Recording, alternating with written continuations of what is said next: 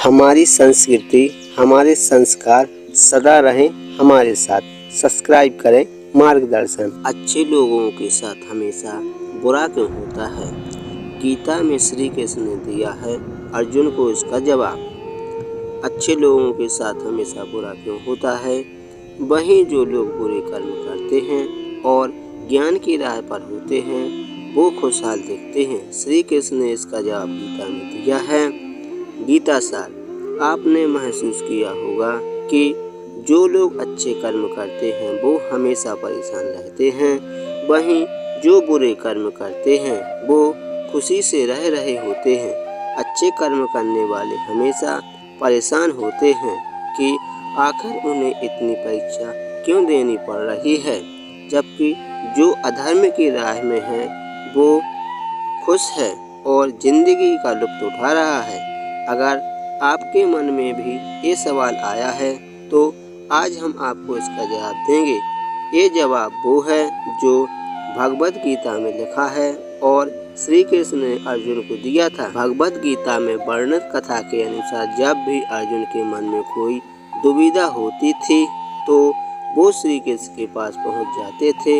एक बार की बात है, अर्जुन भगवान श्री कृष्ण के समीप आकर कहा कि वो दुविधा में हैं और इसका जवाब वो श्री कृष्ण से चाहते हैं।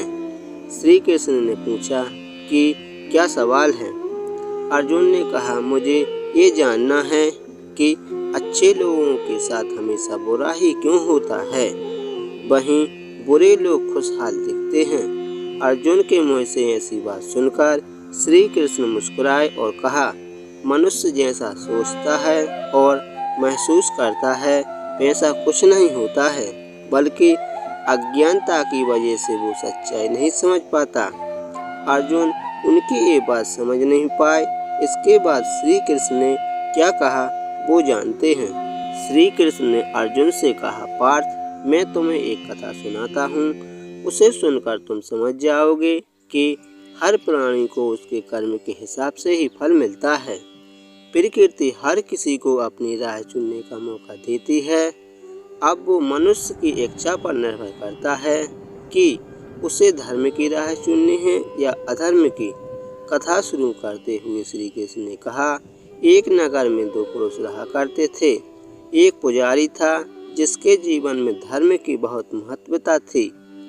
वो पूजा पाठ में यकीन रखता था। वो हर रोज मंदिर जाता था और दान धर्म भी करता था और हर रोज भगवान की पूजा करता था। वहीं दूसरा पुरुष बिल्कुल विपरीत था। वो हर रोज मंदिर तो जाता था लेकिन पूजा करने नहीं, बल्कि मंदिर के बाहर से जूते चप्पल चुराने। उसे दान और धर्म से कोई लेना देना नहीं था। समय बीतता गया और एक दिन बहुत जोर की बारिश हो रही थी। इसी वजह से मंदिर में पुजारी के अलावा कोई नहीं था।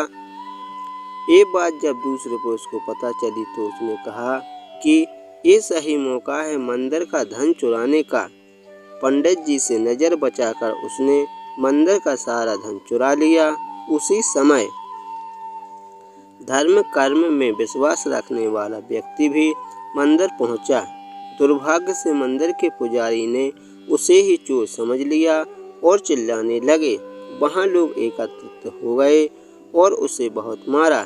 किसी तरह वो बचते बचाते वहाँ से निकला तो दुर्भाग्य ने उसका साथ वहाँ भी नहीं छोड़ा।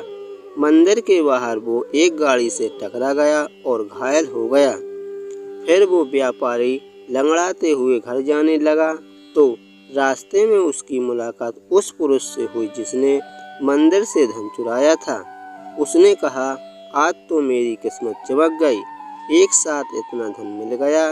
ये सब देखकर उसे बहुत बुरा लगा और उसने अपने घर से भगवान की सारी तस्वीरें निकाल दी।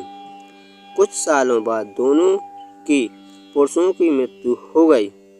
मरने के बाद जब दोनों यमराज की सभा में पहुँचे और भले पुरुष ने दूसरे व्यक्ति को देखा तो उसे बहुत गुस्सा आया।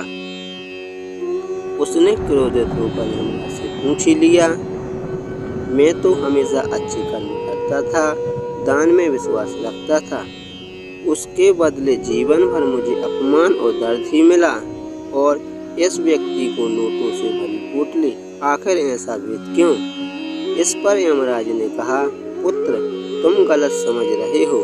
जिस दिन तुम्हारी गाड़ी से टक्कर हुई थी वो दिन तुम्हारे जीवन का आखिरी दिन था, परंतु तुम्हारे अच्छे कर्मों की वजह से तुम्हारी मौत सिर्फ एक छोटी सी चोट में बदल गई।